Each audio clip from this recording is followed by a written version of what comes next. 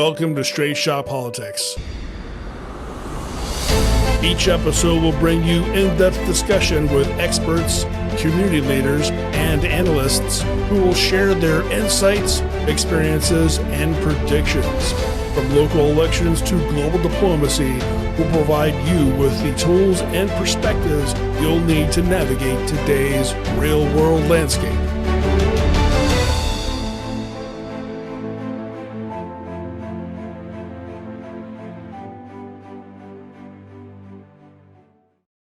Welcome to Straight Shot Politics. I'm Lisa Chafee. And I'm Michael Nash. Mike, I'm so excited. You know, the last few years, one of my passions has been advocating for school choice here in Ohio. Oh, yeah, I know. Improving what's going on in our schools, removing all the nonsensical stuff out of our schools. So today joining us is National School Choice Evangelist Corey DeAngelis. Corey, how are you? Morning, Corey. Hey, doing well. Thanks for having me. So, Corey, you are let me just tell everybody a little bit about you. I got your bio in front of me, that you're a fellow at the American Culture Project, a visiting fellow at the American Institute for Economic Research.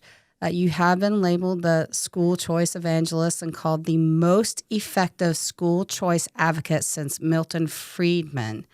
You're on Fox News quite often, in the Wall Street Journal.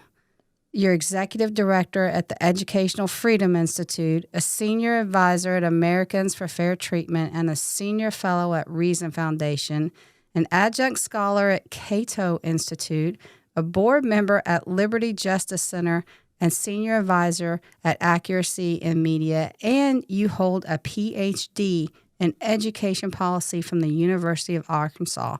Man, I thought I was busy. Holy cow, that took like 5 breaths to go through the whole thing for you. And you have a new baby. Yeah, we have a 14-month-old baby, so I've joined the parent revolution. That's the best part of the of my background. So you said the Parent Revolution. That is your newest book, The Parent Revolution, Rescuing Your Kids from the Radicals Ruining Our Schools. So before we get into that, tell me, how on earth did you get set on this path?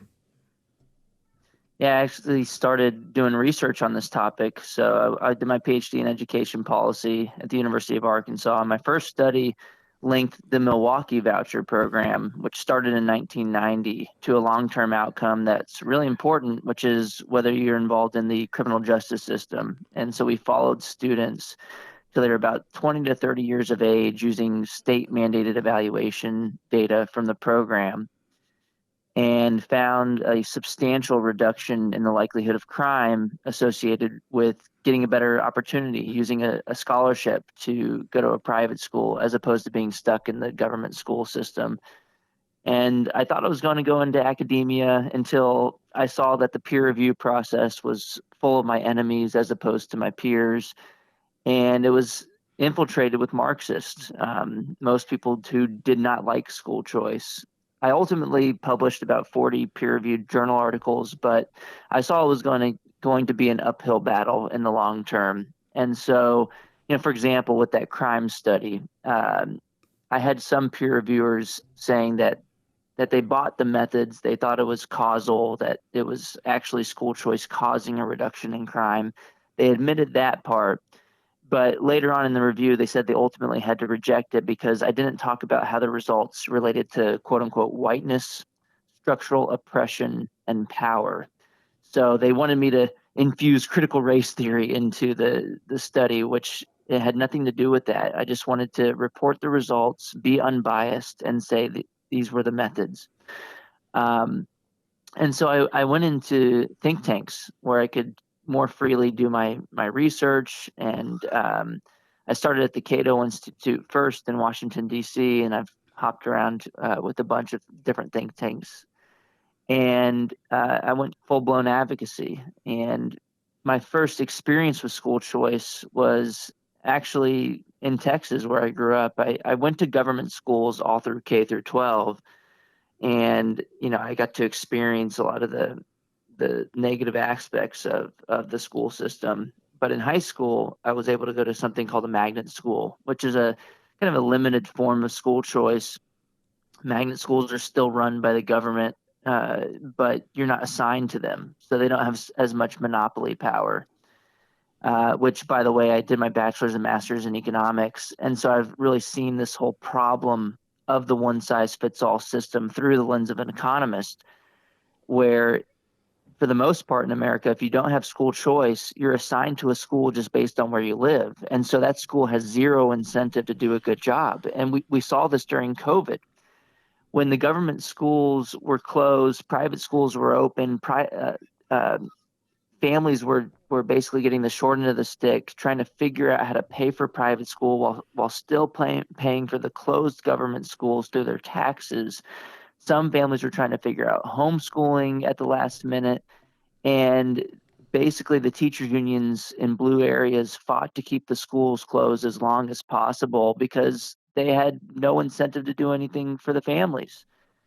And if you look at, if you think about, like, if you were assigned to a grocery store or a restaurant based on where you lived and you had no alternatives, well, those grocery stores would probably tell you, just give us more money, we'll do better next time. They'll give you food poisoning every week, and you'd have no recourse. Maybe they'd tell you to go complain to the grocery board.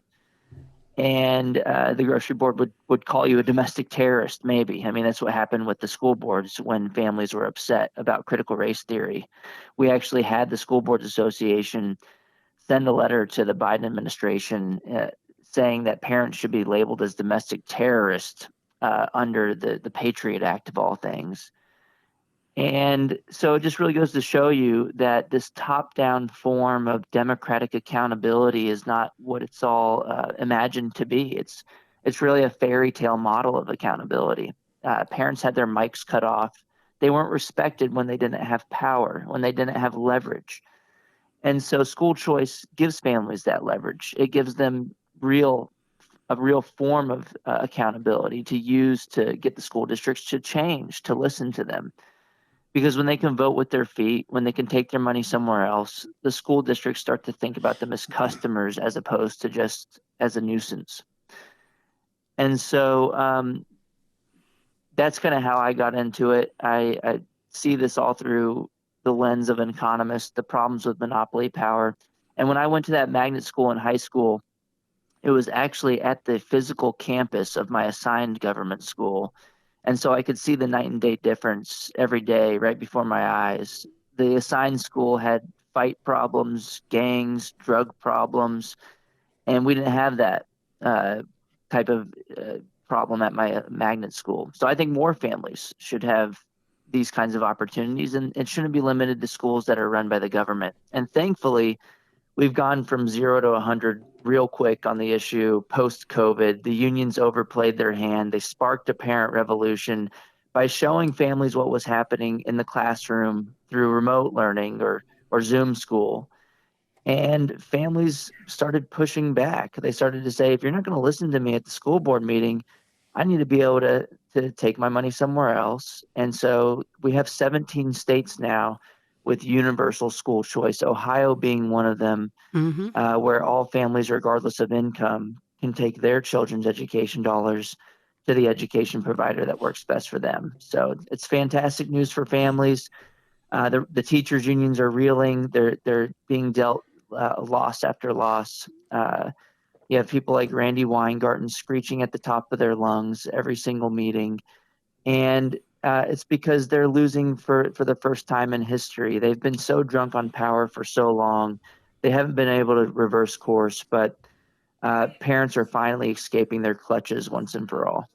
Similar path. I ran for school board in 2021 because of how our district here in Hilliard was handling COVID. And I did not win. I'm glad I didn't win because I wouldn't be speaking with you right now. My two slate mates did, and I was put on a path getting involved with parents' rights and education and seeing what the teachers union, and I am not slamming the teachers themselves. We have many good teachers, but the union leadership and what they do. And Randy Weingarten, who now has a new book out, who, by the way, has no kids of her own. Her book is called... And by the way, copied my book cover. Yeah. Her book is called Why Fascists Fear Teachers. and she suggests that the United States is under Nazi occupation. It Yeah, it's blows my just you almost mind. can't make this stuff up. No, and she got caught being part of a charter school in New York, part owner of it. I remember a couple years ago. Why do you think the teachers union? Well, first of all, this has been going on for longer than what we realized. I mean, even before COVID hit, I was one of those parents. I didn't even know what a school board was. Didn't know it existed. I trusted that my son was getting good quality education, and for the most part he was. But as time's gone on, the school report cards have recently come out. 75% of eighth graders in this country are not proficient in math. And we're what 30? Ohio is 38th in the nation. It's ridiculous. So Plus, they use some weird grading options as well. Instead of A, B, C, and D, what we're used to, they used other things and other keywords or other code words to put on the grade card. And I don't have children myself, but I seen a grade card recently. It's a huge sheet. It's like a spreadsheet, and it's not really Equitable grading. Yeah, that's ridiculous. Yeah, It so interestingly enough, last week I spoke at one of the local high schools in Worthington in their polyrag class about DEI and CRT in our schools and giving examples of how they are literally dumbing it down, removing advanced placement courses, removing the valedictorian programs, and it all comes down to equity. The conservatives believe we should all start at the same level. It's what you put into it. You can't guarantee the same outcome. But one of the things that the students brought up to me, well, not everybody gets to start out at the same level when you've got a student who is coming from low income, the socioeconomic factors. Poor, Yeah, so single- maybe that's why they shouldn't be trapped in failing government schools. Exactly. I mean, the government school system exacerbates inequality. The lowest income students happen to be stuck in the lowest performing government run school system. So, Democrats would say, "Oh, we got to trap them there and throw more money at the problem and enrich the administrators, give people like Randy Weingarten more money, who's already making over $600,000 a year." Well, conservatives have kind of taken the other approach and said, "Well, that's the definition of insanity, doing the same thing over and over again, expecting different results. If we're not going to put the money into the classroom, if it actually ends up with the administrators and goes toward just hiring more people and enriching the union bosses, well, that's not going to really fix anything. We should instead attach that money to the child. It's their funding. It's supposed to be meant for educating them. Well, how about they get to choose? And if it's the public school, fine. That's up to them and their families. But if not, they need an escape valve. They need to be able to go to a school that's aligned with their values, that if they don't want critical race theory, if they don't want gender ideology being forced down their throats in the government school system, they need to be able to get to a school that is focused on the basics, focused on what their families are trying to teach them in the household, as opposed to pushing back on everything they're doing. Well, guess what? That creates more competition. It improves the public schools. And at the same time, it allows for more equality of opportunity. Right now, if you don't have school choice, there's not a lot of families who can afford to pay for private school tuition and fees out of pocket, in addition to what they're paying in taxes for the school that's not working for them in the government-run system. So we should have the funding follow the student, not the system. It should follow the individual, not the institution. And when you mention people like Randy Weingarten, they're making the profession look bad. And you're right, there are a lot of good teachers who are conservatives and independents and even rational Democrats who don't want to push their politics into the classroom. But you have people like Randy Weingarten railing against Republicans every single day. She's hawking her book right now at a time when we're supposed to be turning down the temperature. You have Randy Weingarten calling her political opponents fascist, basically comparing us to Hitler. If you look at her book, her first page invokes Hitler, not just the first page, but the first line.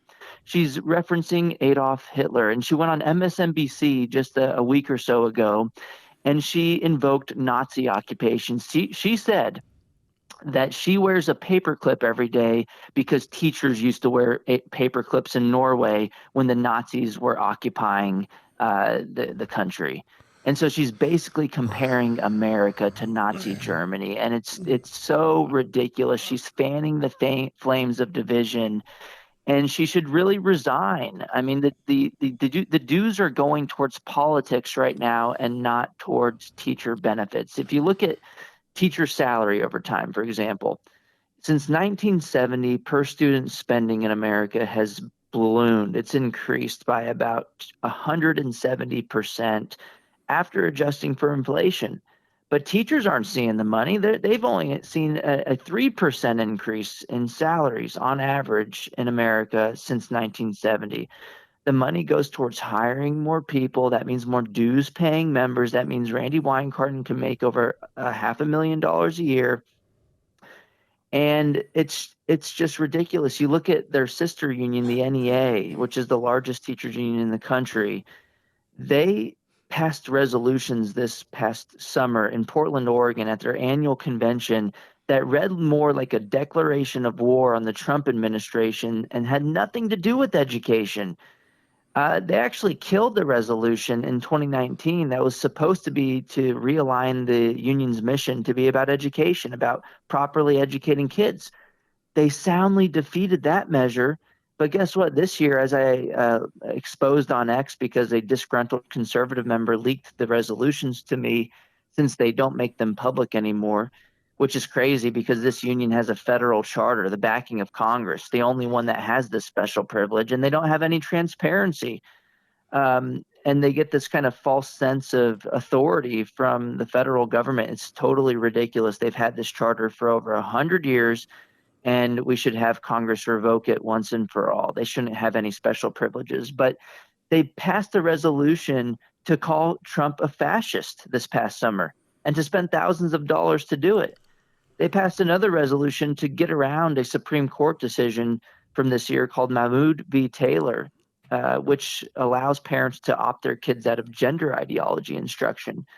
Instead of listening to the Supreme Court, the NEA, in their infinite wisdom, decided to spend over $200,000 to coach teachers about how to get around that decision to continue forcing their politics into the classroom. And if this isn't free advertising for school choice and homeschooling, I don't know what is. But it's also free advertising for teachers to stand up and say, you know what, no more.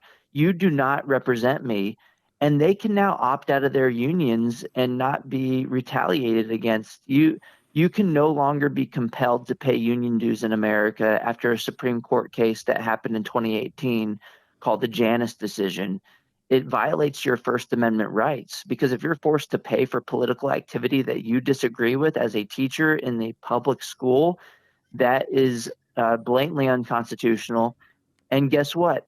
If you think that the union is going to represent you with their, liability insurance, the union isn't the only game in town. There's an alternative right now that just announced that they're providing this liability insurance for teachers for free if they opt out of their unions.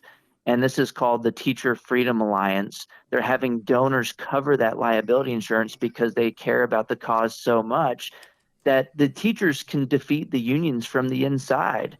And I think this is the only way that union bosses like Randy Weingarten and Becky Pringle will have an incentive to change their ways, to get out of the world of politics and to focus on math, reading, and writing and doing a better job for the kids.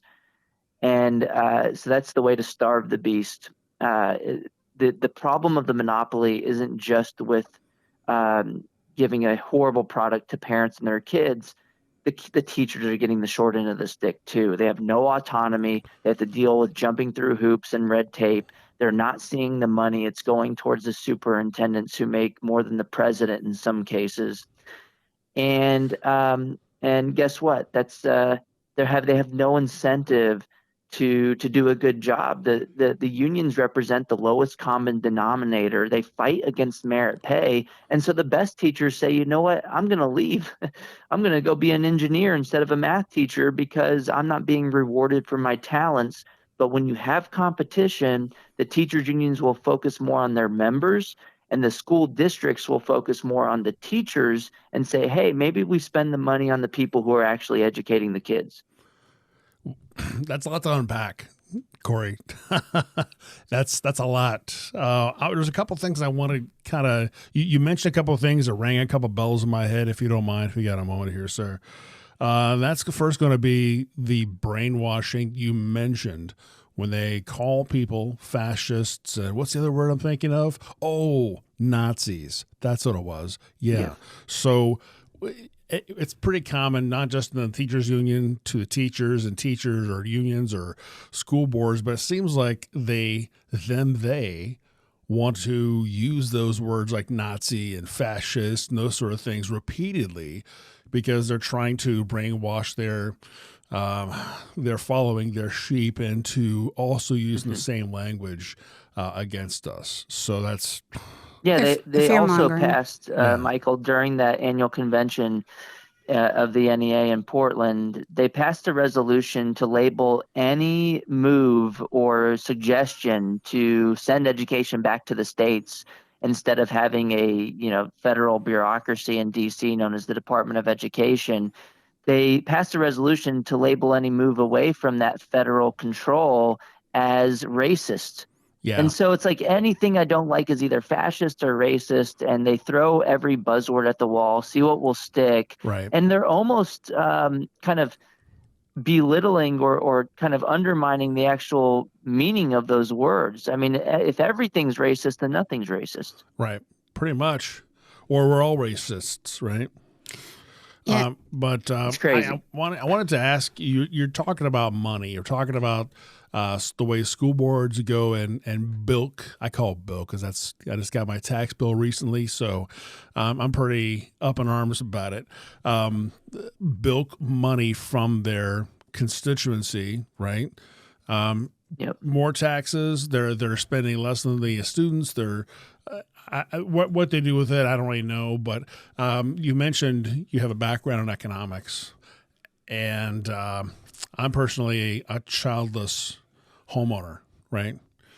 In Ohio, we're making moves towards removing some property taxes, and school boards seems to be the one that tends to make the most amount of levies, right?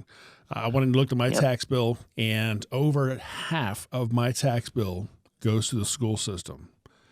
Okay, we're talking about money because your background in economics. Help us understand what kind of world would be like, what kind of education we have for our children if they backed out some of those taxes going towards the school board or school system. Yeah, first of all, I think property taxes should be unconstitutional. Is it really your property if the government can take it from you if you don't pay them taxes every single year? I mean, it's insane. It's a form of communism that they are basically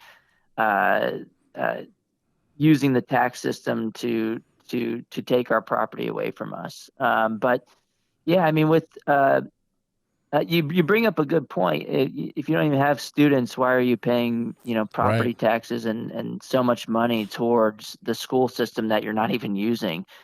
The Democrats would respond that well, everybody benefits from having a well-educated populace, but are the schools in some places even creating a well-educated populace? I don't really know.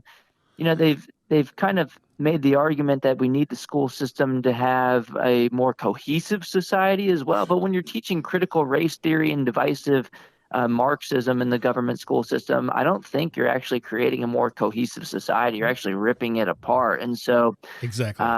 I don't really buy a lot of the arguments that are made for forcing us to pay for a system that's not benefiting us individually. Right. But all that aside, the argument for school choice kind of sidesteps that conversation altogether, because what it basically says is we're not going to change the funding levels. It's not an argument about what the funding level ought to be.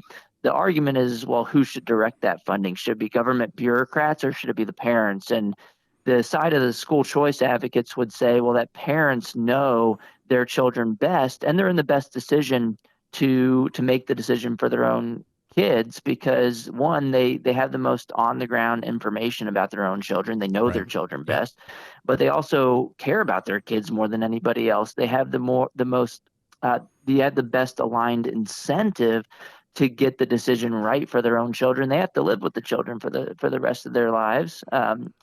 And And Actually, so, we have to live with our children for the rest of our lives.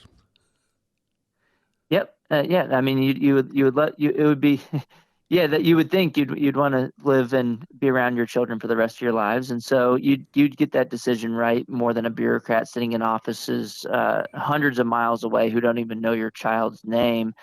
But you could make an argument that school choice could also save taxpayer money as well. I mean, the government schools spend on average in America about $20,000 per student per year. That's about 33% higher than average private school tuition in this country. And so you could give us, half of that funding in a form of a voucher, and parents would still do a better job. And you can save taxpayers money.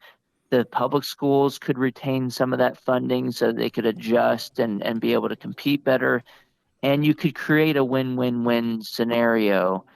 Um, but I would say we're probably spending too much funding in the government school system today. It's ridiculous. 20,000 a kid. You think about that. For one kid for 13 years of their lives for the K through 12 education, that is $260,000 per student for a K through 12 education. Are they getting a $260,000 value out of that education system? I don't think they are, but I think the administrators are. I think that they are the ones who are leeching off the students.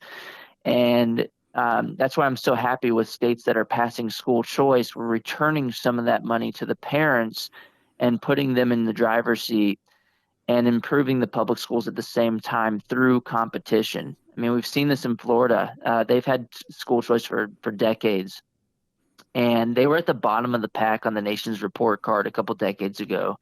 But as they've expanded school choice, and they now, like Ohio, have universal school choice that they passed in 2023, there's 11 studies on this topic confirming the relationship, but the correlation shows that now Florida is in the top handful of states based on math and reading outcomes reported by the nation's report card, even after adjusting for differences in student demographics across states. So having an apples to apples comparison, Florida's gone from the bottom to the top as they've expanded school choice. And I think part of that conversation has to be it's because of competition. It's because school choice is a rising tide that lifts all boats. Public schools up their game in response to that competition. When you say school choice, I liken back to the situations where I say, "Hey, we need to do something," or when I go to speak with people about school choice or something of this like, people remind me that I don't have children. So if I don't have children, then I don't have a say. So if I'm paying lots of taxes, which I am, and I don't have any children, what regarding school choice, then I have the right to be able to describe what happens to the tax money that I've paid, even though I don't have any children. Yeah, it's totally sidesteps that conversation. So, I mean, with school choice, it's basically, the funding follows the student. And, Right. you can make the argument that even people without children will benefit because now we'll have better school systems through competition. We won't kind of delve into socialism because I think that's the major problem here with the school system in America. We have about 50 million kids going through a system where they're compelled to attend, that are run by the government, that they're assigned to, and controlled by socialists, that the teachers unions, special interests who handpick candidates to sit on the school board, who train the teachers at the teachers' colleges, and kids are stuck there. And then they end up voting for people like Zohran Mamdani, an out-and-out socialist in New York City, who's the front runner in the race right now, who's actually advocating for government-run grocery stores, who went to private school himself. He went to a progressive one. They're not all conservative private schools, but he's a total hypocrite on school choice. And we see this time and time again. Joe Biden sent his kids to private school, yet opposed school choice for others. You see the Obamas sent their kids to private school, opposed school choice for others. It's school choice for me, but not for the hypocrisy. But if you have kids going through these systems that are run by the government that basically tell them that the government is the solution to all their problems, well, then, those kids are going to end up out of the system as adults voting for bigger government policies. And so the way that we kind of strike at the root of the problem, of our problem drifting towards big government's so-called solutions, is that we get families out of that mess, get kids we cut off the indoctrination, get them into schools that are aligned with their values, which are going to end up to be more likely to be conservative, more likely to be free market. Then, we're going to be able to cut back against that. We're going to be able to fight back against the socialist drift. And so that benefits you even if you don't have kids in the school system. So, as I mentioned earlier, I spoke at a school the other day about DEI and CRT in the classroom. And in my presentation, I showed them a video that Accuracy in Media did a couple years ago here in Upper Arlington. And they went undercover, posing as parent, possibly bringing their student there, and got these staff members on video admitting that, we don't have critical race theory in the curriculum, but we talk about it in the hallways, we work around it. And I'm looking at right now, we call it something else, social emotional learning. And this is what I really want you to convey to parents and give some examples, because I know you work with Accuracy in Media and help expose this. But the first three things I see on their website is Iowa State LGBT Center Director finds loopholes in anti-DEI law. University of Nevada's 2-year plan to disguise DEI before state law banned it. And one of the problems I was having to explain to the students was, yes, diversity is good in theory. The DEI is good in theory, but it's the implementation of it. And so what have you seen, and you can share with parents what to look for in the classroom, because it is you can't overt. You can't just look at what something is called. So diversity may sound good, but DEI is a Marxist concept that gets people to be pitted against each other based on immutable characteristics like race. And it's actually racism. I mean, critical race theory is just racism. It tells people that one group is the oppressor and another group is the oppressed. And so don't be fooled based on these fancy titles that sound good, like you said, but actually aren't when it comes to what they're actually doing and segregating kids. So when you look at these videos by Accuracy in Media, and yes, I'm a senior advisor with them now.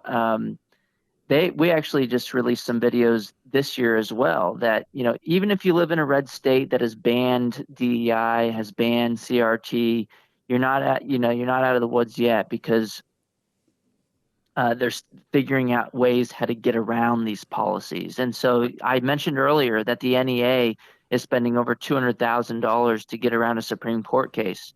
They're doing this at the local level as well. When you look into Ohio, they may not be doing CRT, but now they're doing social emotional learning and using critical race theory concepts. So it's basically a never-ending game of whack-a-mole. If you have people in positions of power in those same systems, even though the law changed, they will still continue to do what they wanted, because that's why they got into the school system in the first place. In some cases, you have these radicals who have infiltrated the government schools, who see it as a tool to implement their socialist worldview. They don't see it as a means to educating kids how to read and write and do math. And so it's a lot more difficult than just snapping our fingers, passing a law and saying, well, you can't do CRT anymore. Because once they get behind closed doors, they start to do whatever they want anyway. And so Accuracy in Media and myself have kind of agreed for a long time that the way to truly have accountability is from the bottom up, not from the top down. That doesn't mean we shouldn't try. We should, try to ban certain concepts that are divisive. That's a step in the right direction. But if that has implementation issues as well, and if they still try to push their ideology into the classroom, we need recourse for parents and kids. And so if the students still say, hey, something doesn't sound right, and the teachers or the parents still say, hey, it seems like my child isn't happy, even though we've banned the concepts that we didn't like before, we need to be able to take our money somewhere else so that our child can go to a school that is employed by people who we know are aligned with our values, that aren't going to try to go behind our backs and keep secrets from us. And this year we just released videos out of Ohio school districts as well. Some of them are from higher education, showing that they're just relabeling or getting around the label of DEI in higher education and still doing the same things they were before. But when it comes to K through 12, it wasn't just CRT bans that they were getting around. We found out this year that we released on social media with the undercover videos as well, that they were basically coaching parents on how to get around the bans on having boys playing girls' sports. So they're getting around the laws to protect girls' sports by saying, well, if you just change your birth certificate and you come to us as a girl on the birth certificate, we basically won't ask you any questions. And so, if you want to play, if you have a boy who wants to play in girls' sports, then fine, it'll be okay. Don't worry about it. Just enroll in our school. Yeah, and here And so that's obviously against the law, under the intent of the law in Ohio. So that's kind of blown up in the media recently as well. But it just goes to show you they even if you try to get the right policies passed at the legislature, these school districts, if they're employed by people at the top who just don't like your conservative values, they're going to try all of these tricks. And so parents, the eternal the price of liberty is eternal vigilance. And so you need to pay attention, ask your children what's happening in schools, and at the same time, um, you know, uh, check into what's happening, ask questions, be in contact with the teachers, see if they're aligned with their values. And if they're not, look, Ohio has a pretty expansive form of private school scholarships so that you can take your money somewhere else. It's not the full amount of what is spent in the government schools. It's not $20,000 a kid that follows the student, but it's several $1,000s that you could use to offset the cost of private school tuition. In some cases, it could cover the entire price. Just depends on the school that works best for you. But I would also try to convince lawmakers to make this program an education savings account, not just a scholarship, because scholarships can basically be used for private schools, but education savings accounts can be used for micro schools and home-based instruction. You could use it for homeschool curriculum. And so that would be an even better policy to have in place in Ohio. I think that's the next move. Places like Arizona and Florida, all families can use education savings accounts, which are which is the gold standard of school choice. You can kind of have maximum flexibility to be able to customize your child's education, not just use it at private school for tuition, but also you'd be able to use it for extracurriculars if you have any money left over after using it for tuition. And you could use it for home-based instruction too, which really changes the game. I mean, Wow. I just came to Ohio from Florida. I live in Texas, but in Florida, I was touring a micro school. It was actually located in the middle of nature in Sebring, Florida. The tuition's, I'd say on average about $10,000 a student, and it's very personalized. And the students basically, they're learning in the middle of nature. There's animals at the school, but they're also learning in the classroom as well. And the kids are very excited about being there. So I think this is kind of the future of education, where it's not just your standard factory model school. I think the education of the future will look a lot different than your normal school building. And I think that's a great thing, having 1,000 flowers blooming. Yeah, that sounds fun. It is. Tell us about your book, The Parent Revolution. Yeah, so I released the Parent Revolution last year. It's a national bestseller, and it was endorsed by Trump and Vivek Ramaswamy, Secretary Pete Hegseth, and many others. And by the way, Randy Weingarten copied the cover. If you look at my cover and you look at her cover, it's exactly the same.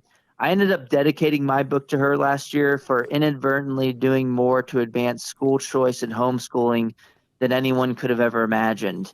And the reason I say that is because they fought to keep the schools closed and showed parents what happened in the classroom, which ultimately led to a parent revolution.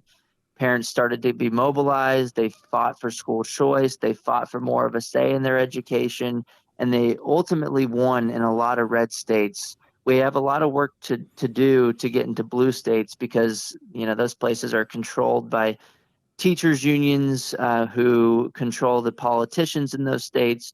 If you look at Randy Weingarten's union, for example, 99% of their campaign contributions went to Democrats in the last education election cycle.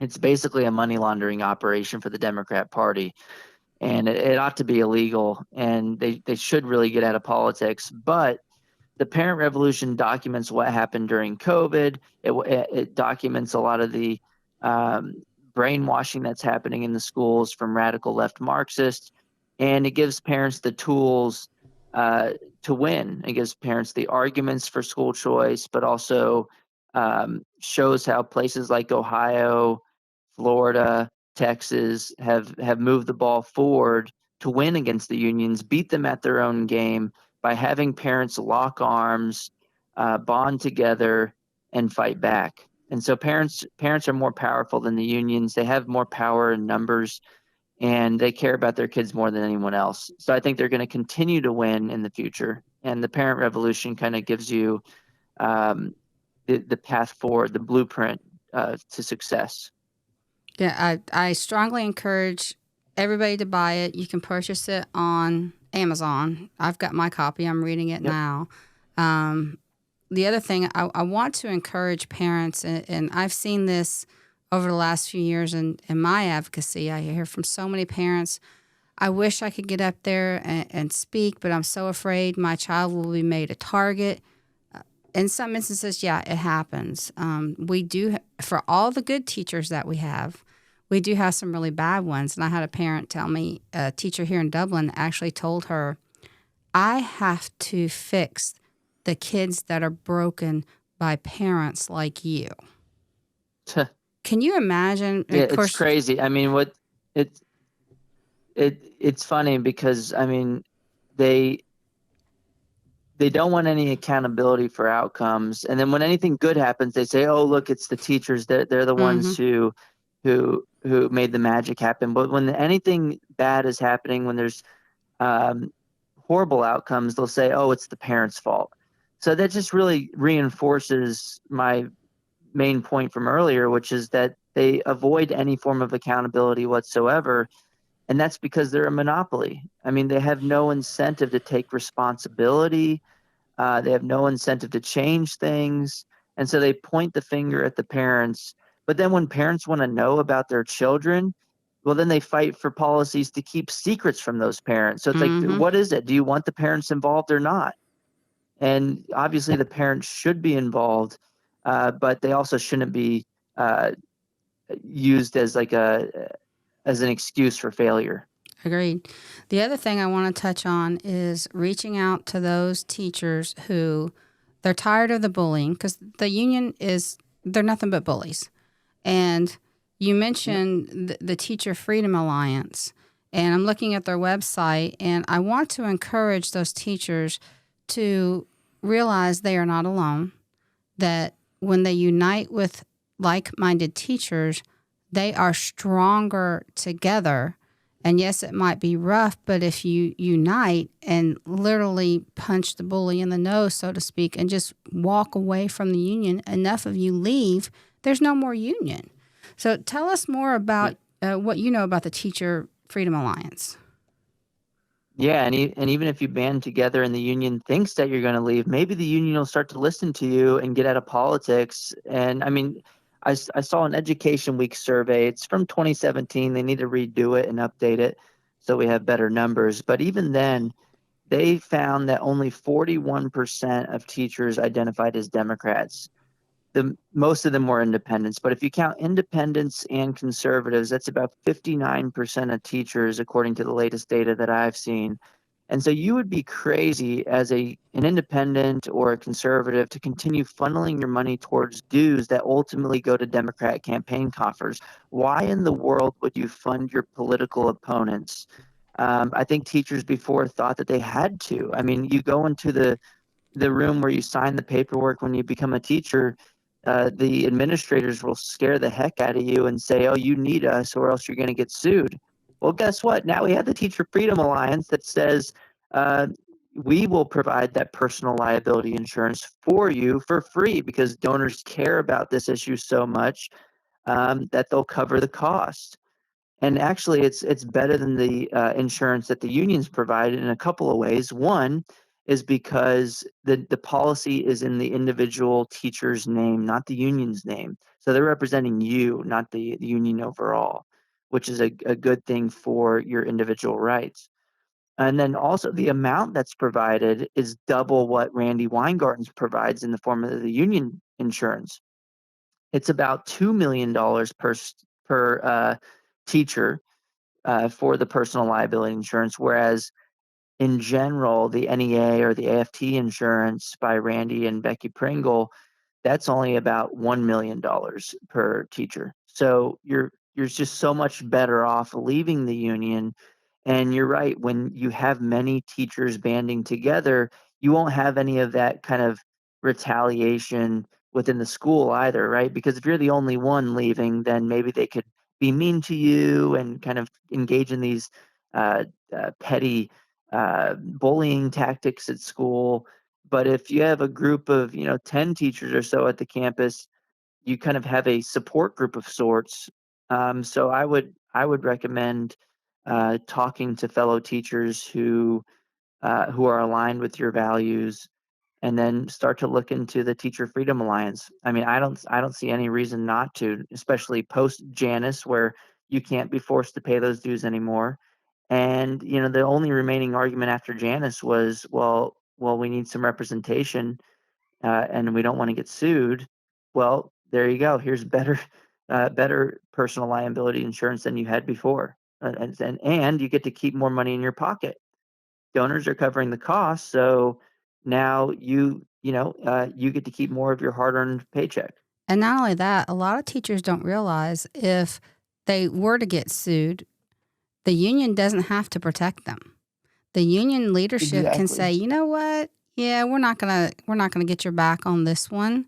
You're on your The own. union fights for itself, not the teacher. Exactly. So, all right. Well, Corey DeAngelis, it has been a true joy to speak with you. Indeed. Yes, it has been. And I admire Yeah, thank you. you. I thank you so much for what you're doing. I'm doing it here at the local level, trying to expose things and fight for parents' rights and getting more school choice.